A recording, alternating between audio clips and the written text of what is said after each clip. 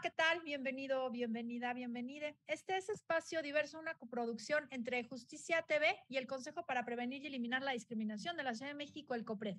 Espacio Diverso es un espacio para reflexionar, hablar, debatir, pensar sobre el fenómeno discriminatorio en la Ciudad de México. Esta serie de programas la estamos dedicando a hablar sobre el racismo, porque el racismo existe y hay que hablar sobre ello.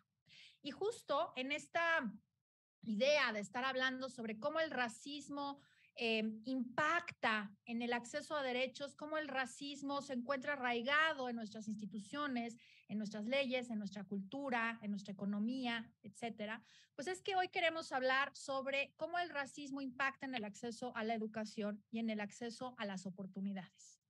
La discriminación es considerada socialmente aprendida, se hereda y se reproduce sistemáticamente. No se trata de un tema de algunas personas o de grupos, sino que es una problemática social que produce desigualdad, que restringe y limita el acceso a derechos y oportunidades, afectando siempre la dignidad de las personas y su pleno y libre desarrollo. De acuerdo con la encuesta sobre discriminación de la Ciudad de México, las personas son más discriminadas por su tonalidad de piel o por pertenecer a alguna comunidad indígena o por autoadscribirse como indígenas. Esto, por supuesto, tiene impactos en su acceso a oportunidades y en lo que los economistas ya nos van a explicar ahora, le llaman movilidad social, y que justamente también tiene impactos en el acceso a la educación. Y bueno, pues para hablar sobre estos temas el día de hoy nos acompañan dos amigos, amigas, expertos, expertas en estos temas, Alejandra Donají Núñez, quien es activista, y Luis Monroy Gómez Franco, quien es economista, docente e investigador.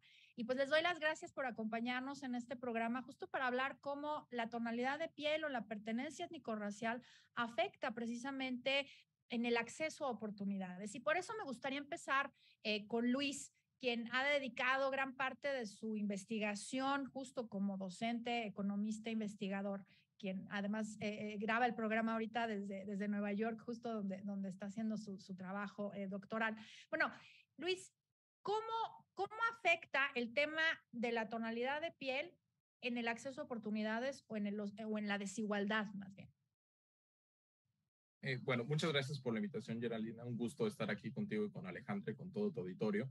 Es una gran pregunta la que haces. Justo algo que no sabíamos hasta mediados de la década pasada era el papel que tenía el tono de piel en la conformación de los espacios de oportunidad de las personas. En ese sentido, la investigación para el caso mexicano es particularmente reciente. Y lo que hemos encontrado es que el tono de piel es, junto con otras circunstancias y características inmutables de las personas, uno de los determinantes de qué tan fácil es para que una persona alcance mayores posiciones en la escala social, es decir, tenga una mayor movilidad social que otras personas, o que progrese en su trayectoria académica. Y en el caso particular de la variable de tono de piel, lo que hemos encontrado es que tonos de pieles más claros, digamos, tonos más asociados a cierta imagen propia de los países europeos, digamos, tonos de piel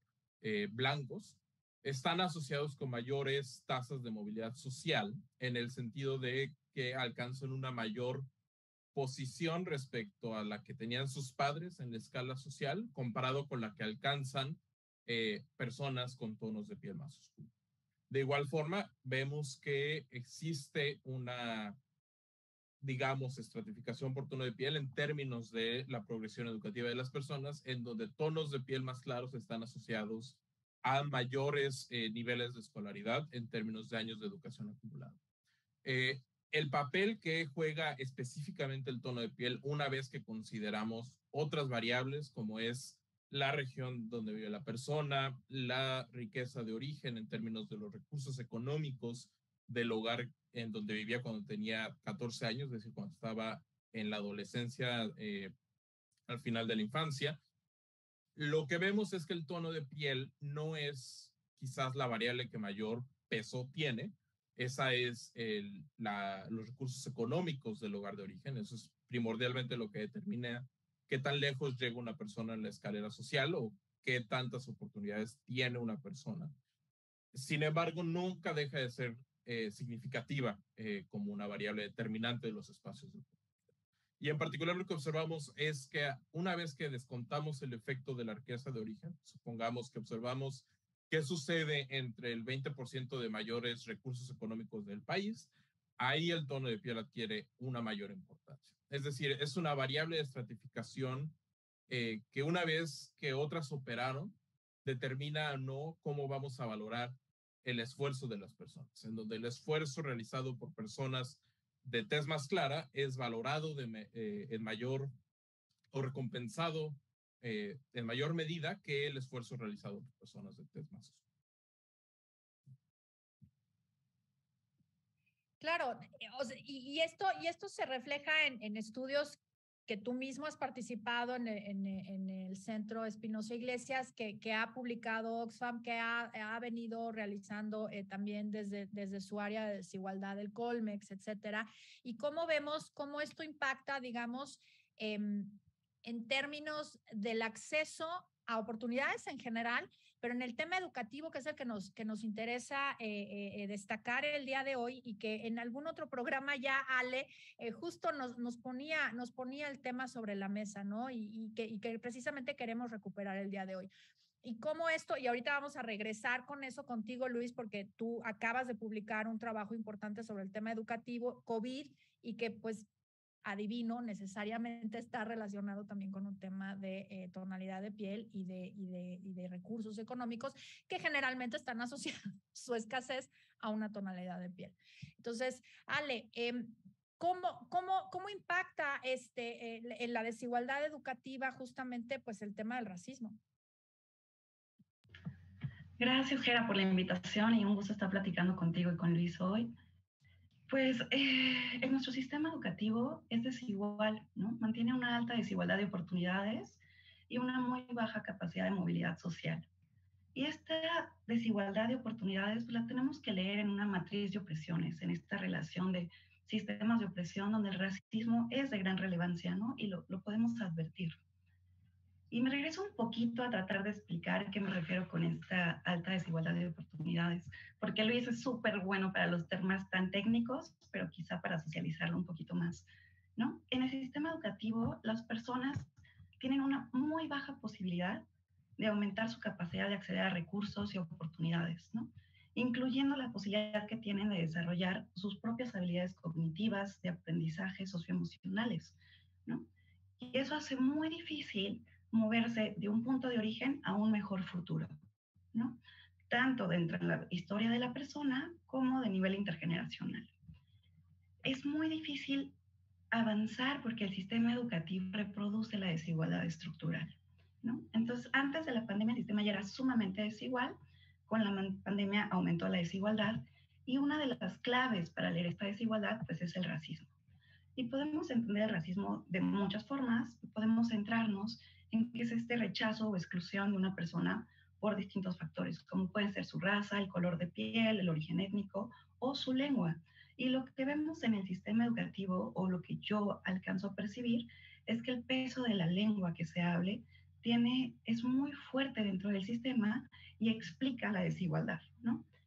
Y lo podemos ver a través de los distintos datos que vamos pudiendo documentar que dan cuenta de las brechas, ¿no? Menos del 30% de la población que habla lengua indígena no sabe leer y escribir, ¿no? Alrededor del 30% de la población no sabe leer y escribir. Arriba del 85% de la población que habla lengua indígena, que tiene más de 12 años, no asiste a la escuela. Y tras concluir la primaria, ya no continúan su educación, ¿no? Y esto no viene de la nada, está entretejido con un sistema de desigualdad que se reproduce dentro de nuestras propias instituciones. Cuando terminas primaria, el sistema educativo te forza a dejar de hablar tu lengua, a tener que a fuerzas hablar español. Y entonces frenas tus estudios y ya no te es factible continuar, ¿no? Si no dominas español, pues no logras ingresar a secundaria. Y si no terminas secundaria, tienes muy poquitas posibilidades de tener ingresos económicos o de tener una mejor calidad de vida. Y hasta aquí dejaría mi participación para seguir el diálogo. No, es muy importante justo, ¿no? Y explicar cómo esta falta de acceso a la educación se reproduce después en la falta de acceso a trabajos, por ejemplo, ¿no? Un empleo digno. Entiendo, Luis, que también parte de tu investigación tiene que ver con cómo la tonalidad de piel o el color de piel afecta justo en la presencia laboral de las personas. ¿Nos podrías comentar un poquito de eso? Sí, justo algo que sabemos es que en el caso mexicano sí hay un gradiente muy claro de qué tipo de ocupaciones se realizan dependiendo del tono de piel de las personas. Ahora, aquí hay que tener en cuenta que el racismo mexicano es muy diferente al racismo estadounidense, que es quizás el que mediáticamente tenemos más familiaridad porque pues, al final del día la producción cultural estadounidense es la que moldea a nivel global la percepción sobre estos temas, ¿no? ¿Y por qué esto es importante señalarlo? Bueno, en el caso estadounidense hubo instituciones que deliberadamente generaron una segregación no solo ocupacional, sino espacial, eh, de acuerdo al tono de piel de las personas, ¿no? Y a su origen y a sus antecesores, determinaba el tipo de escuela, el lugar donde vivía, el tipo de comunidad al que pertenecía. En el caso mexicano, esas instituciones que formalmente segregaban no están presentes, por lo menos desde finales del siglo XIX, aunque sí hay desde el inicio, desde la vida independiente de México, una estratificación informal, digamos. Y por informal me refiero a instituciones que no necesariamente están codificadas en leyes o que son edificios, sino a prácticas sociales. Entonces, justo cuando en el presente analizamos cómo se distribuyen las ocupaciones y quién las ocupa dependiendo del tono de piel, lo que vemos es, por ejemplo, que ocupaciones manuales, es decir, aquellas que para su realización requieren más que nada trabajo físico y no tanto lo que se conoce como labores cognitivas, que es básicamente labores de escritorio, por ponerlas de alguna forma, están realizadas en mayor medida por personas de tonos de piel más oscuros que de tonos de piel más claros. En cambio, en las actividades en donde, digamos, que ahora se conoce como las industrias creativas, esas hay una mayor probabilidad de que la persona que se encuentra ahí es de tono de piel más claro. Ahora, si analizamos cómo se compone la población mexicana por sus tonalidades de piel, lo que hay que tener en cuenta es que la mayor parte de los y las mexicanas somos de piel, digamos, morena en alguna tonalidad de morena. La población de tez clara es una minoría que no representa más allá del 10% de la totalidad de la población, dependiendo de la encuesta que utilicemos, pero no hay tanta variación, digamos. A lo que me refiero con una mayor probabilidad de encontrarlos a estas personas en este tipo de ocupaciones es a que, aun cuando son una minoría en términos poblacionales, es más probable encontrarlos ahí. Es decir, el tono de piel lo que te genera es una diferencia en las probabilidades de acceso, no solo al tipo de ocupación, sino a la educación que recibes, al tipo de trato que recibes en las instituciones bancarias, que hace que tu esfuerzo y que por el simple hecho de tener un tono de piel más claro seas tratado. Y eso es un tema de probabilidades, no es en números absolutos. Es decir, no vamos a ver que el 20% de más rico de México sean todos de piel más clara. Eso es aritméticamente imposible porque no es el 20% de la población mexicana. Sí, lo que vamos a ver es que es más probable que si es blanca, estés en esa parte de la distribución comparado con el resto de la población. Entonces, esa es la forma en que tenemos que entender el tema en términos de la discusión pública, de cómo opera el racismo en México. Digamos que sí es como si tuvieras los dados cargados. Igual hay una probabilidad de que pierdas, pero la probabilidad es menor si tienes un tono de piel más claro. Luis, una pregunta que muy probablemente se están haciendo las personas que nos acompañan hoy en el programa. ¿Cómo se mide la tonalidad de piel? O sea, ¿cómo tú identificas a las personas atendiendo a esa tonalidad de piel? Esa es una gran pregunta porque hay dentro de ese mismo tema una discusión metodológica. En el caso mexicano, lo que se han seguido tres aproximaciones. La primera es a partir de una paleta de tonalidades desarrollada por una investigación encabezada por Edward Telles en la Universidad de Stanford, que hizo un proyecto para toda América Latina, no solo para México, sino para Brasil, México, Colombia, lo que hizo fue identificar como cuáles son los tonos de pieles representativos en una escala de colores. Lo que se hace con esa paleta es que los entrevistadores le preguntan a las personas ellos en qué tonalidad se identifican, ya sea tomando como referencia la tonalidad de la cara o la tonalidad de la parte interior del antebrazo, o las dos. La idea es tener una medición directa de la autopercepción, digamos, todos nos vemos la cara en algún punto de la vida en el espejo, y otro que no esté influida por factores ambientales como es la exposición al sol, que es la parte interna del antebrazo. Cuando vas a la playa, pues es difícil que te quemes esa parte del antebrazo, ¿no? Entonces, esa es una, que es la autoidentificación. La propia persona identifica qué tono de piel tiene. Otra es entrenar a los entrevistadores para que una vez que terminen de conducir la entrevista de la encuesta, ellos identifiquen el tono de piel de la persona. La idea es que las personas cargamos ya de por sí sesgos sobre nuestra percepción. Algo que hemos detectado, por ejemplo, en el caso mexicano existen las dos mediciones, tanto aquella realizada por las entrevistadores como por las propias personas, es que las personas tienden a reportarse un tono de piel más claro de lo que lo reportan los entrevistadores, que eso ya de por sí es señal de que socialmente percibimos un rédito a identificarnos como más güeritos de lo que somos. Y otra aproximación más reciente es utilizando colorímetros ópticos. El colorímetro es un instrumento que se utiliza en la industria del color, que la industria del color va desde las pinturas hasta los cosméticos, que lo que hace es identificar la refracción de la luz y la descompone usualmente en 3 tonos, blanco, negro, amarillo y rosa. Y la conjugación de esos es como que te arroja un número de, pues ese es el tono de piel específico, y eso tú lo puedes traducir en un pantón. Esta aproximación, digamos, es más objetiva en el sentido de que no hay una valoración tanto de un entrevistador o de la persona. Y es a lo que se está moviendo la literatura de usar. Digamos, es un poco más complejo porque tienes que darles un colorímetro a todos los entrevistadores. Una ventaja, digamos, es que todas las mediciones han salido consistentes. Es decir, ya sea que utilices la autoidentificación, ya sea que utilices encuestas que utilizan un colorímetro o que uses una encuesta que entrena a los entrevistadores, todos estamos encontrando lo mismo, que es decir, en México el tono de piel más claro da un rendimiento extra en múltiples dimensiones. Entonces no es un tema de que solo por una medición específica encontremos esto, sino no importa cómo midas el tono de piel, tonos de piel más claro están asociados a una ventaja en la sociedad mexicana. Qué interesante, Luis. Muchas gracias por toda esta explicación, porque creo que de pronto surge esa duda, ¿no? Bueno, ¿y cómo se mide? Porque cuando compartimos los resultados de la EDIS, que mencionaba yo al principio, y en redes sociales, y nos decían, pero Copred, ¿cómo es posible que estén hablando que discriminen más en percepción? Es una pregunta de percepción, que la gente crea que se discrimina más a las personas de piel morena, si todas las personas en México tenemos la piel morena, ¿no? Entonces, de pronto, explicar justamente cómo se conducen estas encuestas, cómo se tratan estos datos, pues resulta primordial para entender justo de dónde salen esos datos y por qué nos están arrojando esas conclusiones.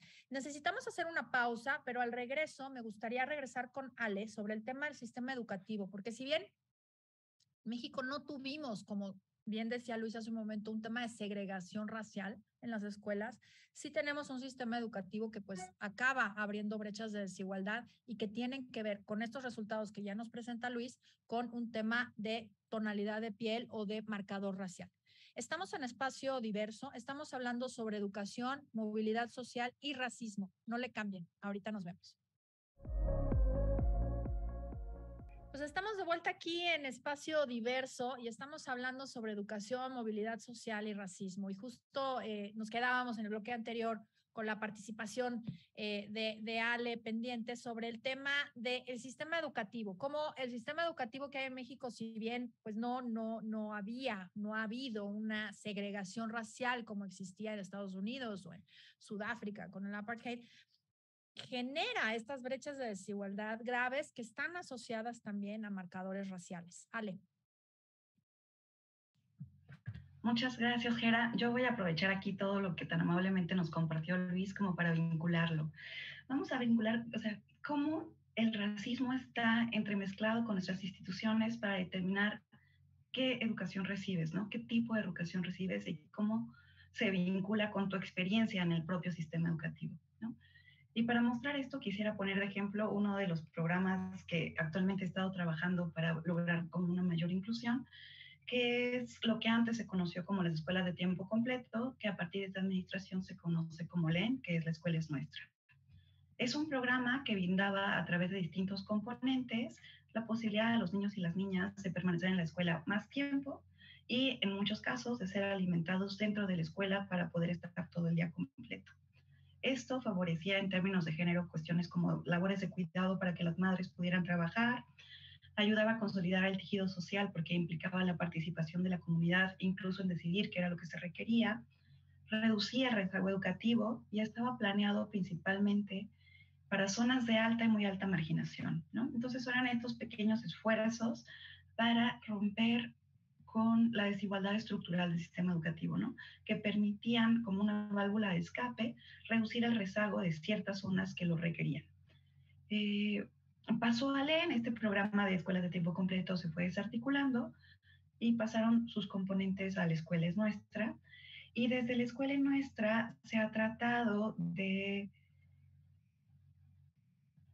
pues de continuar de otra manera o de continuar de otra forma con lo que antes sí eran compromisos muy establecidos de brindar jornada ampliada y de brindar alimentos a los niños. Pasa algo cuando analizamos todos estos programas que quiero señalar como corchetes. La información que se genera desde las instituciones no siempre es coherente, sólida, ni se correlaciona en los distintos programas, ¿no? No siempre la podemos comparar.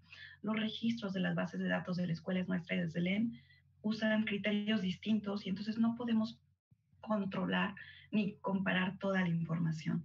Pero lo que podemos saber a manera general es que con las escuelas de tiempo completo, más o menos como el 13% de esas escuelas estaban dirigidas a escuelas que eran indígenas, ¿no?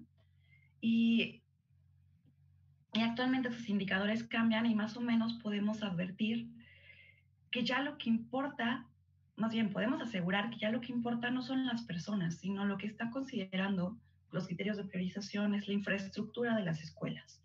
Y cuando tú dejas de ver lo que necesitan las personas y centras la mirada en lo que se requiere en infraestructura, pues estás fallando porque ya no estás elaborando nada para impactar de manera favorable en las desigualdades que son vividas por las personas, ¿no?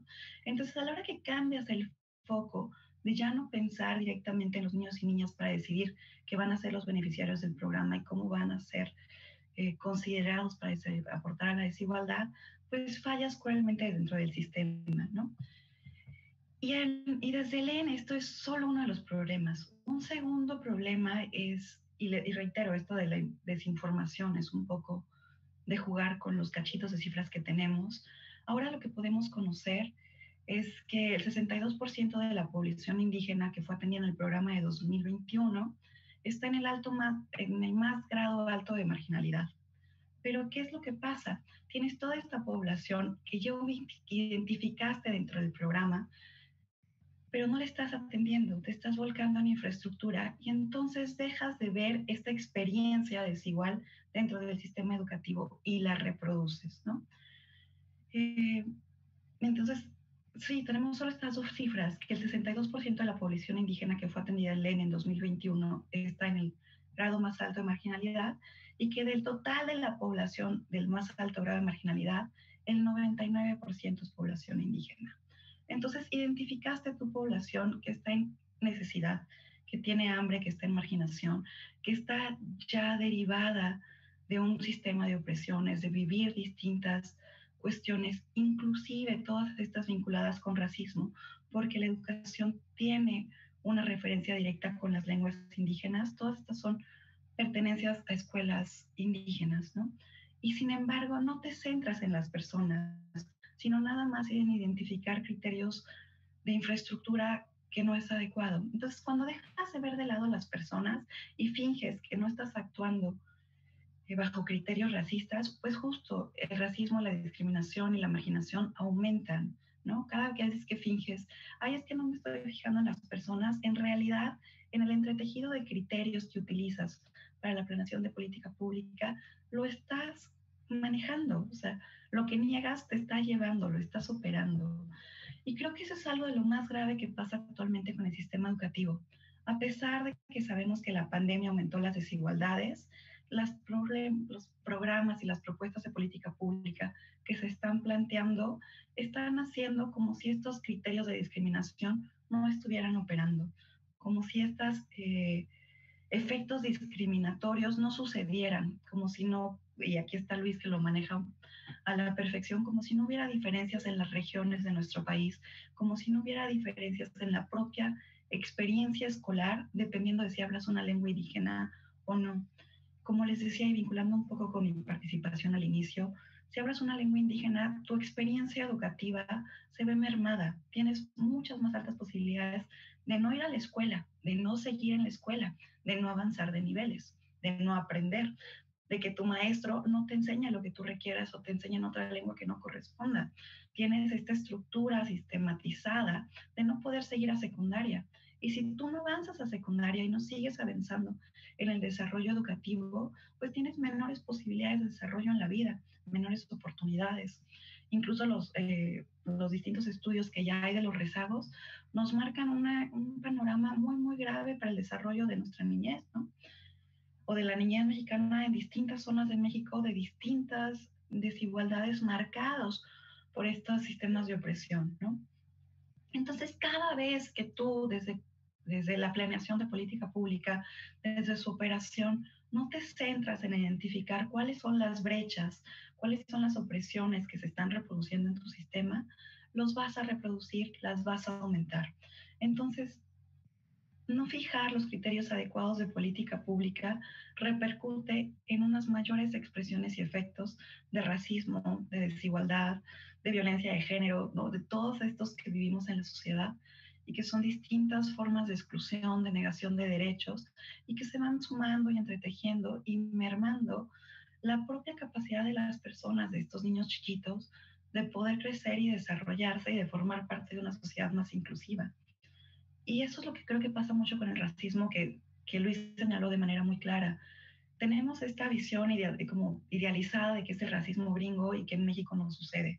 Y cuando lo negamos o lo invisibilizamos, pues nos damos cuenta de que en realidad es lo que está dominando, ¿no? Que desde hasta cómo se distribuye el presupuesto público, está generando estas brechas, estas qué tonalidades de piel pueden crecer y desarrollarse de mejor manera, cuáles son más valoradas, qué tonalidades de piel pues tienen derecho a una peor educación, con menores recursos, con menos transferencias de apoyos institucionales y gubernamentales.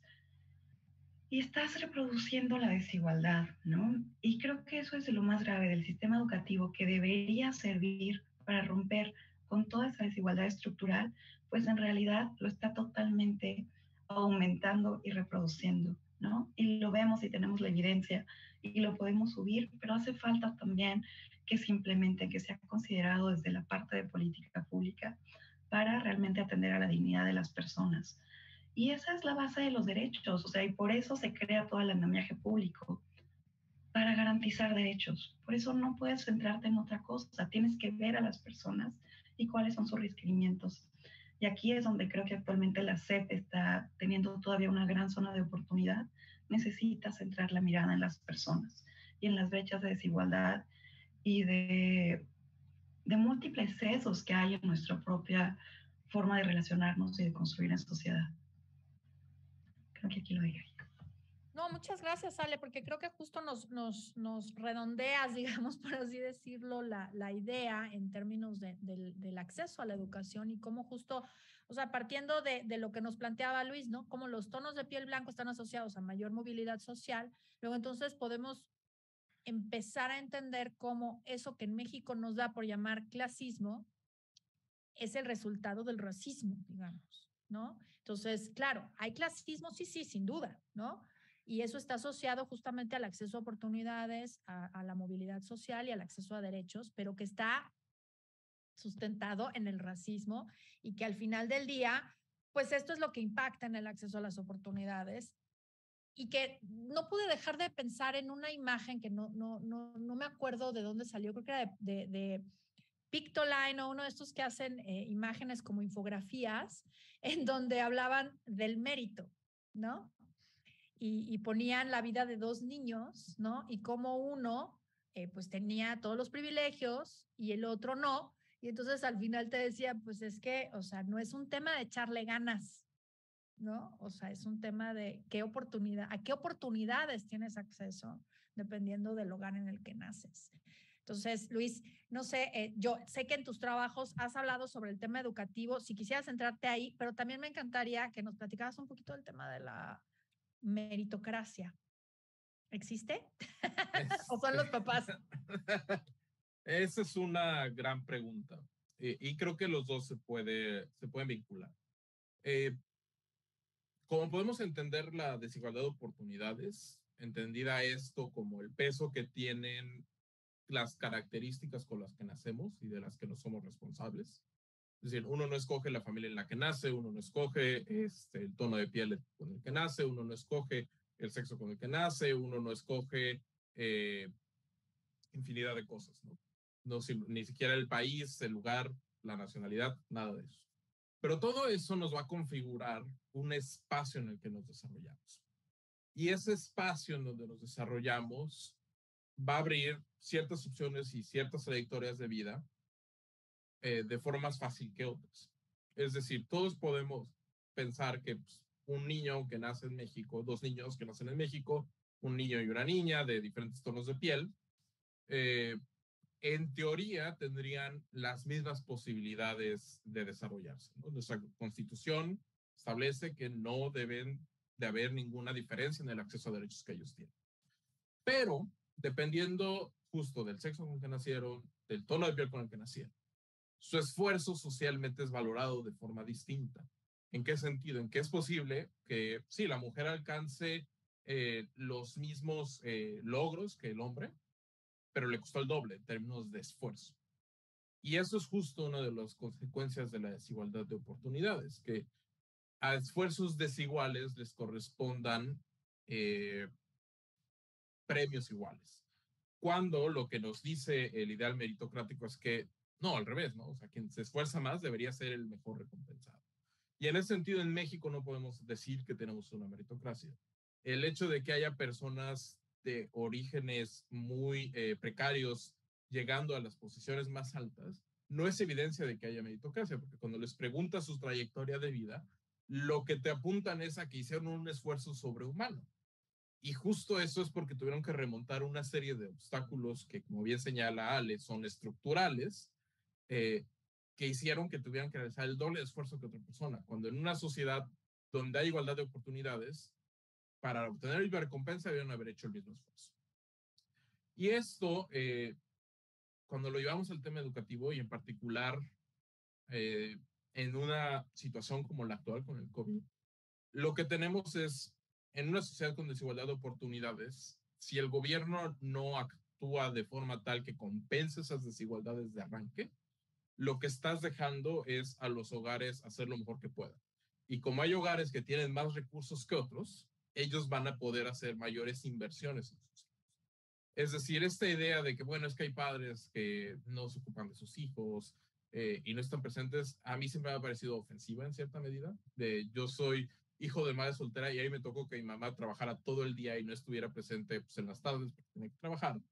Y no era por falta de atención, es porque simplemente el requerimiento laboral y el requerimiento de generar un ingreso hacía que no pudiera estar. Entonces, cuando el Estado no tiene un rol compensatorio, lo que estás dejando es que esas desigualdades de origen hagan completa su influencia, ¿no? Y en un contexto como la pandemia, el efecto es que los hogares que están mejor posicionados en términos de su acceso a recursos económicos y educativos pueden hacer una inversión mayor en sus hijos para que si se atrasaron o si vieron que no aprendieron nada durante el periodo a distancia, pues recuperen ese aprendizaje que no realizaron. Pero en los hogares en donde el padre pues tuvo que seguir trabajando, la madre tuvo que seguir trabajando todo el tiempo y al final del día pues él confió en que el sistema educativo le iba a apoyar y al final el sistema educativo no lo apoyó, justo pues están en una desventaja que acrecienta ya estas estas brechas de oportunidad de las que hablaba Ale, que ya estaban configuradas por la forma en que está constituida la sociedad. Porque eso es algo que hay que tener siempre bien presente. El sistema educativo es parte de la sociedad mexicana. Las desigualdades que estructuran a la desigualdad mexicana están presentes en el sistema educativo. Entonces, cuando lo que trajo la pandemia fue la interacción de este sistema ya desigual con un choque más desigualado. Hay a mí una investigación que me parece fascinante, un poco porque fui parte del equipo de asistentes que estuvo en la investigación, que es de Raimundo Campos y Eduardo Medina, que ellos examinaron cuál era el efecto de hacer saliente para los estudiantes de secundaria la estratificación en tono de piel en México, en términos de su rendimiento escolar. Y como se hacía este experimento, se le presentaba a los niños como una paleta con fotografías, una hoja con fotografías de quiénes eran los políticos, los famosos, los cantantes más conocidos en México. Y pues lo que tú terminabas notando es que todos eran güeritos, o primordialmente. Y después se les hacía una prueba de habilidades matemáticas. Y lo que observabas es que el simple hecho de presentar eso, de hacer evidente que en México pues, el tono de piel sí determina, o por lo menos sí influencia de forma importante quién tiene éxito y quién no, hace que en particular las adolescentes de tonos de piel más oscuros tuvieran un menor rendimiento en estas pruebas que los que no fueron expuestos al simple hecho de recordarles en qué sociedad viven, ¿no? Entonces, esto nos habla de, pues incluso la experiencia del aprendizaje está moldeada justo por la forma en que eres socializado, como ya decía Ale. Entonces, eso mismo, el hecho de vivir en una sociedad en donde ciertas características se privilegian más que otras, ya de por sí va a influir en qué tantos réditos puedes obtener de tu esfuerzo. Eso me parece fuertísimo, justo el tema de este, no sé si está bien dicho, como un condicionamiento social, ¿no? Sobre tus posibilidades o tu potencial, ¿no? Que lo hemos visto, hay un libro por ahí se me fue el nombre de la autora, pero en inglés se llama Blue Brain, Pink Brain, me parece, que justo habla sobre cómo vamos condicionando a las niñas desde que son bebés a que pueden hacer ciertas cosas y no pueden hacer ciertas cosas atendiendo a su género, ¿no? Y justo esto que nos dices, Luis, del estudio de Raimundo Cárdenas y de otros investigadores, pues apunta exactamente a lo mismo, ¿no? Y cruzado con el tema racial. Entonces, también cómo impacta esta idea de nosotras y de nosotros mismos sobre qué podemos llegar a hacer o hacia dónde podemos llegar y estos modelos que perseguir. Tenemos que hacer una pausa y ahorita regresamos para seguir hablando de esto y sobre todo me interesa mucho destacar el tema justo de cómo la pobreza muchas veces significa un estancamiento para las personas y la pobreza, como decíamos hace un momento, está asociada justo a marcadores raciales. Estamos en espacio diverso, estamos hablando sobre educación, movilidad social y racismo. No le cambien porque está buenísimo. Ahorita nos vemos. Pues ya estamos de vuelta aquí en Espacio Diverso y estamos hablando sobre educación, movilidad social y racismo. Voy a hacer una cita del Centro de Estudios Espinosa Iglesias.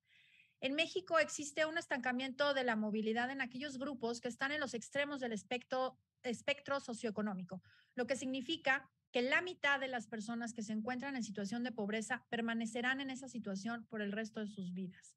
Y es justamente un poco lo que necesitamos visibilizar, ¿no? Que no podemos seguir hablando de el échale ganas, de no seas flojo, ¿no? Porque de pronto escuchamos esos discursos de gente que generalmente son personas privilegiadas, que han tenido oportunidades y que consideran que el hecho de acceder a esas oportunidades, pues depende justamente de levantarse temprano, meditar un rato, ¿no? Y de pronto dedicarse en la mañana a sus actividades, porque de pronto lo vemos, ¿no? Vimos hace tiempo a un influencer que decía que levantarse a las 5 de la mañana era la clave del éxito, como si no hubiese millones de personas, solamente me refiero en esta zona metropolitana, que se despiertan más temprano de las 5 de la mañana para poder llegar a trabajar, ¿no?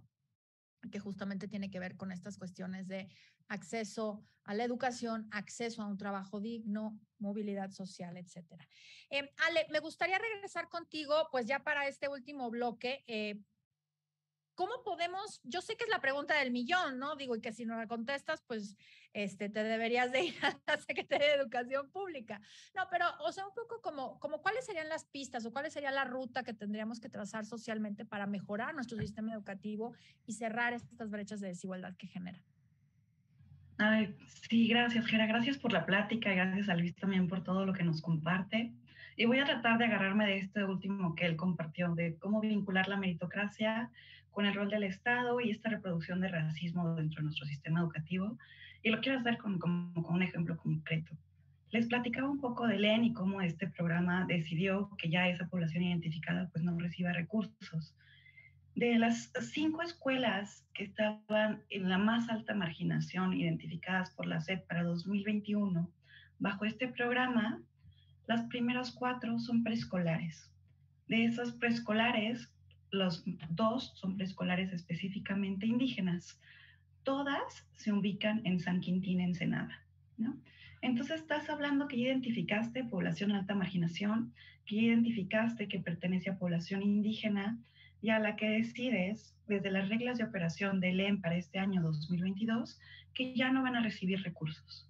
Y tienes que la población identificada más afectada, pues son niños de preescolar, chiquitititos.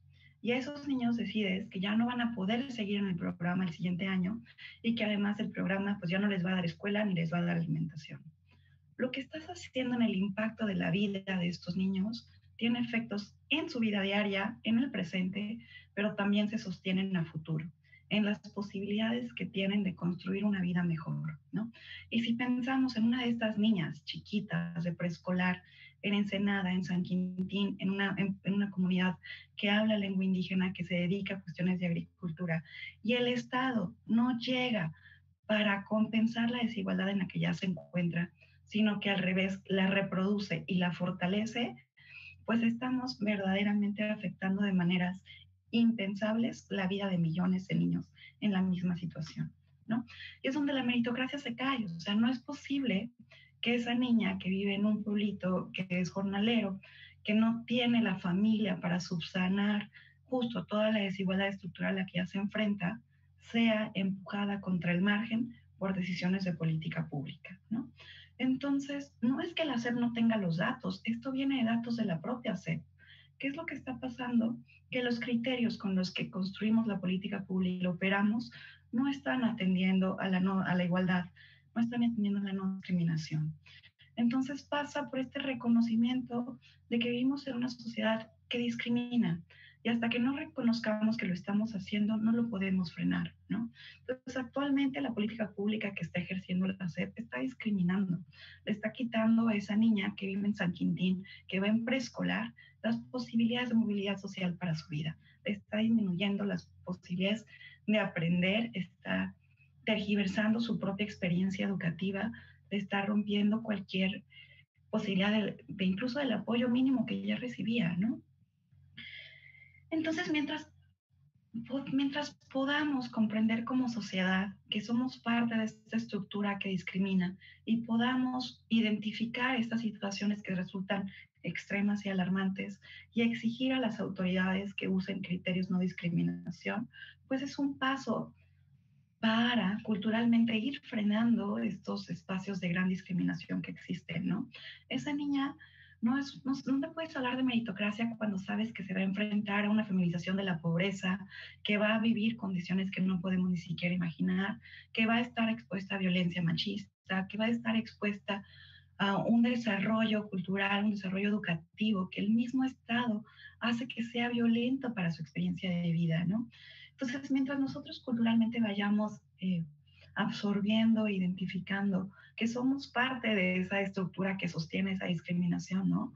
Que al no reclamarle a la SEP porque corrija los criterios, estamos permitiendo que esa desigualdad y que ese racismo se siga reproduciendo, pues va a continuar, ¿no? Entonces la salida es tomar conciencia de todo, cuáles son todas nuestras experiencias de vida que reproducen y que permiten que se reproduzca este racismo con su invisibilización y con no aceptar pues esa parte que nos hace tan sociables, ¿no? A buscar visibilizados y mecanismos muy específicos desde la política pública para tratar estas brechas de desigualdad que vamos viendo, que no se reproduzcan, ¿no? La discriminación no se para con no querer discriminar. Necesitas a fuerzas mecanismos y presupuesto específico bien dirigido, ¿no? Todo el presupuesto que no usemos para frenar la discriminación en todos los programas, yo soy la idea que lo está reproduciendo, como es el caso de lo que está pasando actualmente en LEN, ¿no? Entonces necesitamos emprender a operar los mecanismos y herramientas de política pública para que efectivamente no reproduzca la discriminación. Si no actuamos, se siguen, ¿no? Entonces, muchas gracias, Gera, por el espacio, muchas gracias a Luis. Y pues yo reitero mi esperanza en que las personas podamos ir sociabilizando y comprendiendo que si no trabajamos por frenarla, la estamos reproduciendo. Muchas gracias, Ale. Luis, pues un poco la pregunta del millón también, ¿no? ¿Cómo podríamos traducir toda esa información que han generado tú y tus colegas en varios espacios? ¿Cómo funciona esta desigualdad? Pues, ¿cómo la podemos traducir en políticas públicas para generar o impulsar la movilidad social, generar el acceso a oportunidades? Como bien dices, esa es la pregunta del millón. A mí me gustaría enfatizar un poco lo que dijo Ale y ligarlo no solo con política pública, sino con la forma en que operamos las organizaciones en general. El papel de la política pública tiene que ser en una sociedad donde existe la desigualdad de oportunidades, tanto la de compensar a quienes son más afectados por dicha desigualdad, y ahí, por ejemplo, el caso que pone Ale en relieve con lo que antes era escuelas de tiempo completo es clave. O sea, era un programa pensado para atender a las poblaciones que por sus condiciones de arranque estaban en una situación de precariedad. Ese tipo de programas son los que tienen que estar presentes y ser la punta de lanza de la política pública. ¿Por qué? Porque son justo programas pensados para subsanar los efectos de esta desigualdad de oportunidades en las generaciones en donde los efectos de esa desigualdad todavía no se cristalizan, digamos. Es decir, los niños que estaban siendo beneficiarios de ese programa podían aspirar a más cosas que aquellos a los que no estaban atendiendo, digamos, y estaban en las mismas condiciones de origen. Pero el otro papel que tiene que tener la política pública es el de garantizar el acceso efectivo a derechos a todos los miembros de la sociedad mexicana.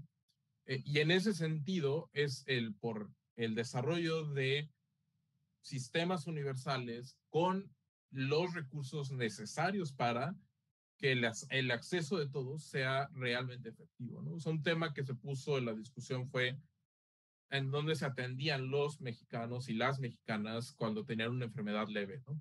Que iban a los consultorios de las farmacias en lugar de acudir directamente al sistema público, ¿no? Y eso no es porque las personas tengan una preferencia por el sistema privado, ¿no? Es más bien porque las personas saben que si van al sistema público, este está rebasado y para que los atiendan va a pasar mucho tiempo. Entonces, justo lo que se tiene que hacer es en dos ejes: universalizar acceso efectivo, y eso requiere expandir las capacidades de los sistemas públicos y desvincularlos del mercado. Y por el otro lado, hacer políticas compensatorias para que justo quienes partan de condiciones más desfavorables no vean los efectos de esas condiciones cristalizarse en sus trayectorias de vida.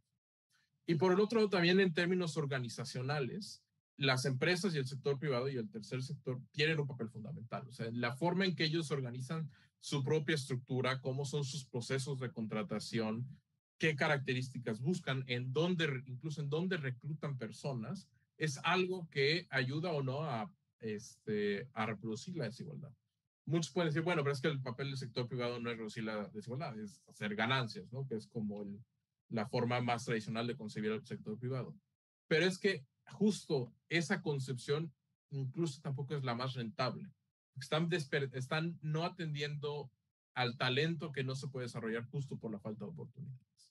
Entonces, si siempre reclutas en la misma universidad, no estás viendo a todos los potenciales empleados estelares y empleados estelares que podrías tener en tu fuerza laboral si atendieras a una política de contratación menos sesgada. Entonces, sí, el papel del sector público y del Estado es ser la punta de lanza para la construcción de una sociedad más igualitaria, bajo los dos principios, como ya dije, de compensación y de universalización, pero los otros ámbitos también tenemos que cambiarlos para que estas estructuras de desigualdad dejen de ser tales, ¿no? Por la simple acción del sector público, la redistribución del sector público sí es fundamental y sí es condición necesaria, pero no es condición suficiente para hacer ese cambio. Ese cambio tiene que ocurrir en todas las instituciones con las que articulamos la sociedad mexicana. Sí, sin duda, y justo lo hemos venido diciendo a lo largo de estos programas y de todos los que hemos tenido desde que tenemos Espacio Diverso acá en Justicia TV, ¿no? Es una cuestión de corresponsabilidad, ¿no? O sea, la discriminación, la desigualdad que produce, no la vamos a acabar cuando solamente una de las partes involucradas en su reproducción interfiere, ¿no? Porque realmente, pues, es una cuestión de corresponsabilidad y me parece fundamental eso que mencionas del sector privado, Luis, porque si bien evidentemente el tema acá tiene que ver con la educación y movilidad social, van a decir, a lo mejor ya se están desviando, pero en realidad todo forma parte del mismo círculo que puede ser virtuoso o no, ¿no? Y que al final del día el hecho de que los papás de esos niños no puedan acceder a trabajos dignos, pues también continúa reproduciendo esta desigualdad y esta falta de acceso a las oportunidades. Algo que desde el COPRED también hemos insistido con el sector privado, y aprovecho para decirlo también, es que en términos de negocio, la diversidad suma, ¿no? En México todavía no tenemos datos sobre lo que cuesta la discriminación o los beneficios económicos que representan para el sector privado, empresarial particularmente, el tener políticas de inclusión y de diversidad. Pero sí tenemos un estudio que nos demuestra que la gran mayoría de las empresas le están apostando a las políticas de inclusión y diversidad porque saben que esto les va a redituar al final del día, porque lo que decías, Luis, ¿no? Es, o sea, el papel del sector privado, pues es ganar dinero, pues es hacer negocios, ¿no?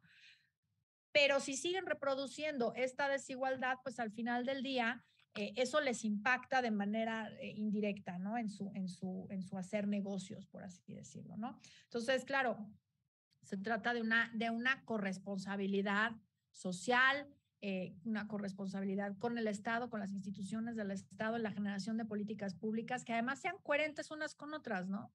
Porque de pronto es la política de educación, pues ya vimos, la política de educación está relacionada con las demás, ¿no? Y entonces, pues justo eso. No sé, nos quedan 3 minutos de programa, entonces no sé si quieran cerrar con una frase lapidaria corta para que podamos, bueno, pues acabar con esta presentación, digamos, de educación y movilidad social. Ale. Ay, pues yo quisiera volver a enfatizar la necesidad, y comparto aquí la opinión con Luis, de que urgen programas que atiendan al rezago educativo que dejó la pandemia, ¿no? Que nos urge mirar cómo está la situación de los niños y niñas, no solo por la pérdida de aprendizajes que ya tuvieron, sino por las múltiples desigualdades a las que se van a enfrentar, que todavía no terminan ni siquiera de mostrarse, ¿no? Mirar a la educación en este momento y tratar de construir mejores opciones que atiendan a cuestiones de racismo, a cuestiones de género, a desigualdades estructurales sumamente complejas y que ayuden a la niñez mexicana a tener una mejor calidad de vida o mejor posibilidades de vida y desarrollo, resulta fundamental, ¿no? Quitarle a esos niños y niñas la posibilidad de que puedan conocerse y de que puedan conocer su entorno sigue siendo un reto que no estamos terminando de cumplir, ¿no? Y aquí Luis, sé que Luis es experto en eso de rezagos educativos. Bueno, yo lo que quisiera decir es, en términos muy breves, resolver la desigualdad de oportunidades es algo que nos beneficiaría a todos los miembros de la sociedad mexicana, no solo los más afectados. Nos permitiría ser una sociedad mucho más pacífica, una sociedad más democrática y una sociedad en donde nuestro origen no determine nuestro destino. Y creo que eso es a lo que todos los y las personas aspiramos en la vida. Muchísimas gracias, Luis y Ale. Esto fue Espacio Diverso. Muchísimas gracias por acompañarnos. Acuérdense que estamos hablando sobre racismo, porque el racismo sí existe y hay que hablar sobre ello. Nos vemos a la próxima. Gracias.